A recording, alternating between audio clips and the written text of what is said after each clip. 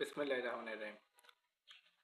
অন্তর্বর্তী সরকারের গৃহায়ন ও গণপূর্ত, শিল্প এবং স্থানীয় সরকার, পল্লী উন্নয়ন ও সমবায় মন্ত্রণালয়ের উপদেষ্টা আদিলুর রহমান খান বলেছেন, জনতার কাফেলা হা ভোটের পক্ষে, জনতার কাফেলা জুলাই সনদের পক্ষে এবং জনতার কাফেলা নতুন বাংলাদেশের পক্ষে। তিনি আরো বলেছেন, জাতীয় সংসদ নির্বাচনের পছন্দের প্রার্থীকে ভোট দেওয়ার পাশাপাশি আগামী 12ই ফেব্রুয়ারি অনুষ্ঠিত হতে যাওয়া গণভোটে হা ভোট দিতে হবে।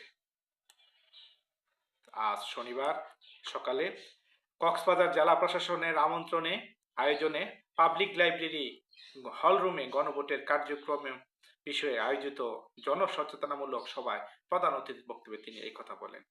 উপদেষ্টা বলেন, জুলাইয়ের 20 শহীদদের আত্মত্যাগ ও জুলাই যোদ্ধাদের অবদানে নতুন বাংলাদেশের জন্ম হয়েছে।